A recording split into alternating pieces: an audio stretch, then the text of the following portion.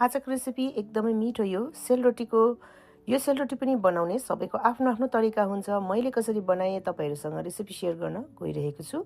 मन पर्यो भने भिडियोलाई सेभ गरेर तपाईहरुको साथी फ्यामिलीहरुसँग शेयर गर्नु चाहिँ नबिर्सिनुहोस् है।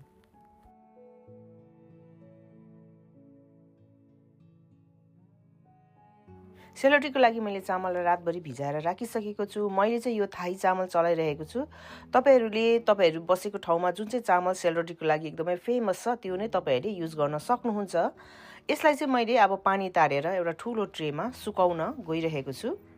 चामललाई मज्जाले भिजाएर घाममा सुकाउनु पर्छ। 2-3 घण्टामा मज्जाले चामल सुकिहाल्छ। यो चाहिँ एकदमै पहिला हाम्रो बोजू आमाहरूले गर्ने तरिका हो। यो चाहिँ एकदमै ट्रेडिसनल वेमा हो।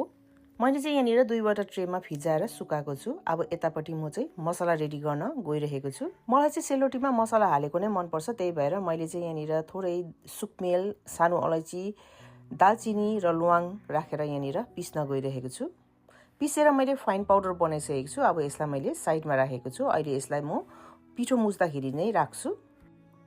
यतापट्टि अब यो चामल पनि सुकेर रेडी भयो। अब यसलाई म पिस्दै छु है त। पहिला बोजू आमाहरूको पालीमा ओख्लीमा कुट्थ्यो। अझै पनि कतिजनाले ओख्लीमा कुट्छ। मेरोमा ओख्ली छैन, त्यही भएर मैले यहाँनिर मिक्सर ग्राइन्डरमा पिस्दै छु यो चामलको पिठोलाई। यो चामलको पिठो पिस्दाखेरि एकैचोटी नराख्नु होला, थोरै थोरै गरेर पिस्नुपर्छ। एकपल्ट पिस्दाखेरि अलिकति फाइन पाउडर बनाएर निकाल्नुपर्छ। एकपल्टमा चाहिँ अलिक खस्रो खस्रो नै गरेर राख्नुपर्छ। हो त्यसो गर्दै पिस्नु भयो भने चाहिँ सेलरोटी एकदमै काँडेदार बन्छ। सेलरोटीको पिठो मैले यहाँ पिसेर रेडी गरिसकेको छु। अब यसमा म राख्दैछु यो अघि पिसेर राखेको मसला। यो मसलालाई चाहिँ मैले यसरी चालेर राखेको छु र उब्रेको खस्रो मसलाहरू चाहिँ तपाईहरुले मासुहरू पकाउँदा अथवा चियामा पनि राखेर खान सक्नुहुनेछ।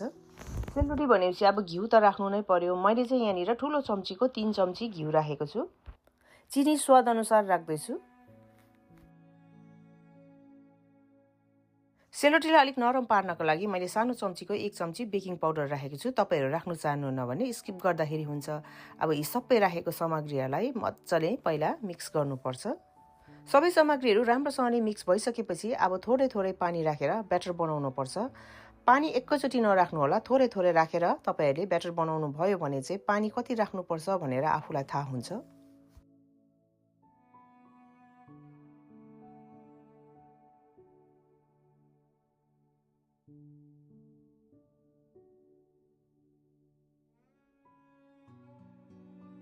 सेलरोटीको ब्याटर यतिको भएपछि चाहिँ अब एकदमै राम्रोसँगले चाहिँ मिक्स गर्नुपर्छ। यसरी हात दुखिन्जेलसम्म चलाइरहनु होला।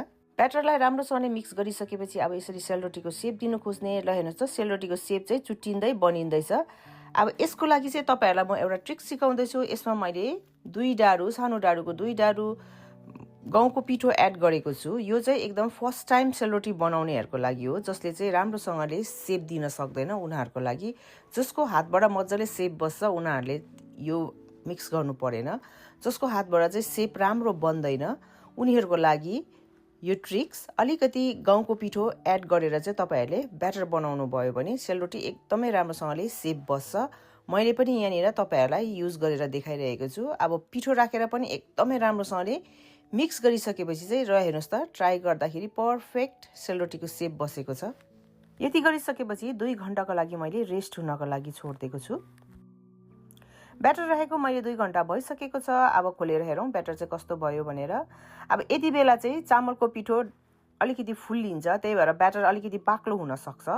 यदि तपाईहरुलाई त्यस्तो लाग्छ भने चाहिँ थोरै पानी चाहिँ एड गर्न सक्नुहुन्छ। तर अब यति बेला तपाईहरुले पिठोहरू एड गर्नु भएन, चिनी एड गर्नु भएन, अरु सामग्रीहरू चाहिँ केही पनि एड नगर्नु होला। जस्ट तपाईहरुले थोरै पानी अथवा दूध चाहिँ एड गरेर ब्याटरको कन्सिस्टेन्सीलाई एडजस्ट गर्नु चाहिँ सक्नुहुन्छ। सेलरोटी पोल्नको लागि अब यो ब्याटर चाहिँ पर्फेक्टली रेडी बनाएको छु मैले चाहिँ। अब यसलाई पोल्नको लागि तेल तताउन पर्यो। तेल चाहिँ एकदमै तातो यसरी धुवा आइन्जेल तताएको हुन पर्छ।